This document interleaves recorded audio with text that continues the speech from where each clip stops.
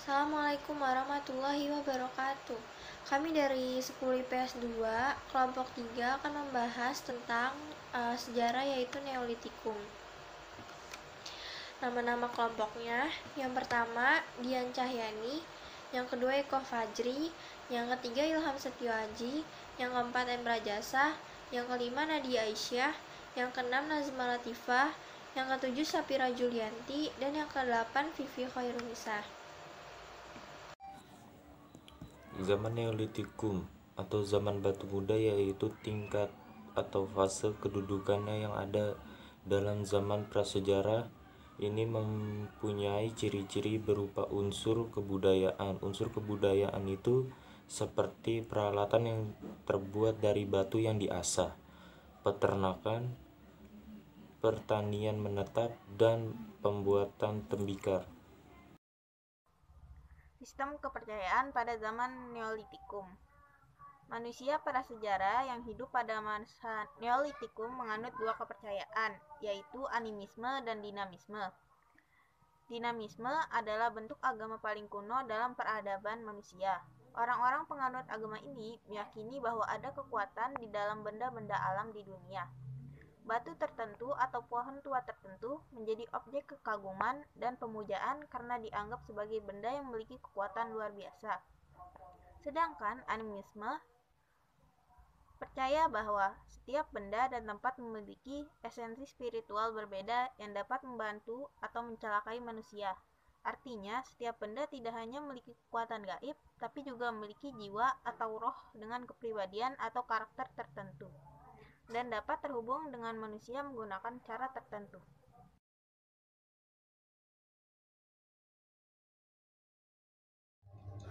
Kehidupan sosial. Cara masyarakat Neolitik dibentuk dan difungsikan sebenarnya cukup sulit untuk direkonstruksi dengan pasti. Namun, berdasarkan situs yang ditemukan, dapat diperkirakan bahwa satu komunitas Neolitik pertama tinggal di pemukiman padat berjumlah 50-300 individu. 2. Pada akhir zaman batu muda dan pratembikar, unit dahsyat masyarakat Neolitik adalah marga atau keluarga besar yang terdiri dari orang tua, anak, kakek nenek, dan kerabat dekat lainnya. 3. Anggota keluarga tinggal di satu atau lebih rumah bertetangga yang memiliki perapian di ruang terbuka di antaranya rumah untuk digunakan bersama. 4. Rumah tangga pada zaman ini mempraktikkan pertanian campuran dan ekonomi pemeliharaan ternak. 5. Peran sosial dalam setiap komunitas ditentukan berdasarkan jenis kelamin, usia, dan kekerabatan. 6. Data yang belum memberikan bukti yang jelas tentang apa masyarakat Neolitik adalah Marti Aki dan Prakti Aki. Kehidupan ekonomi. Pada saat masa kehidupan ekonomi, mereka sudah mulai mengubah kebiasaan dari mencari makanan menjadi membuat makanan. Mereka juga belajar untuk bertani dan beternak, serta mereka juga mulai menanam benih tumbuhan di lahan yang kering.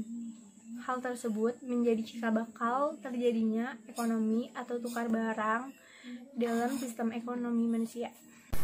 Kebudayaan zaman Neolitikum. 1. Gegabah. Gegabah yang dihasilkan diantaranya berupa periuk, cawan, piring, dan pedupaan. Gerabah ini diyakini digunakan sebagai tempat makanan, minuman, serta untuk keperluan upacara adat. Gerabah pada zaman Neolitikum banyak ditemukan di daerah Kendeng Lembu, Banyuwangi di Jawa Timur, Kalumpang dan Minanga, Sipaka di Sulawesi Tengah, Danau Poso di Sulawesi Tengah, dan Minahasa di Sulawesi Utara. Yang kedua, pakaian. Berdasarkan temuan yang ditemukan di Ampah, Kalimantan Selatan, dan Kaliumpang, dan di Kalumpang, Minanga, Sipaka, di Poso, Sulawesi Tengah, yang berupa alat pemukul kulit kayu yang diyakini alat tersebut digunakan untuk membuat pakaian. Pakaian tersebut dibuat dari tenunan serat dari kulit kayu. Bahan yang digunakan untuk membuat pakaian pada masa itu yaitu serat abaka atau sejenis pisang dan rumput doyo. 3. Anyaman-anyaman. Bahan yang digunakan untuk membuat anyaman adalah bambu, rumput, dan rotan. Teknik yang digunakan berupa teknik anyak dengan pola geometrik. Konon anyaman ini digunakan sebagai tempat atau wadah peralatan rumah tangga. 4. Perahu. Setiap pohon yang dipilih untuk membuat perahu sebelum ditebang harus didahului dengan upacara. Pembuatan perahu dimulai dari luar ke dalam. Sisi dalam dari perahu dikeruk menggunakan ujung pasak yang dipakukan dan dibuat dengan ketebalan yang sama dengan kondisi luar supaya perahu tidak terbalik. Dipasanglah cadik atau katik yang berfungsi sebagai penyeimbang, serta untuk penggerak perahu telah dipasang sebuah layar pada umumnya. Layar yang digunakan adalah layar sudu-sudu. Sudu berarti suruh dalam bahasa Jawa. Selain itu, pada masa ini juga telah dikenal sistem perdagangan dengan cara barter atau tukar menukar barang. Nilai dari besar kecilnya suatu barang ditentukan oleh kesepakatan kedua belah pihak. Yang kelima, perhiasan. Masyarakat Praksara telah mengenal perhiasan diantaranya berupa gelang, kalung, serta juga anting-anting. Perhiasan banyak ditemukan di Jawa Barat dan juga Jawa Tengah. Dan yang terakhir, jenis manusia purba.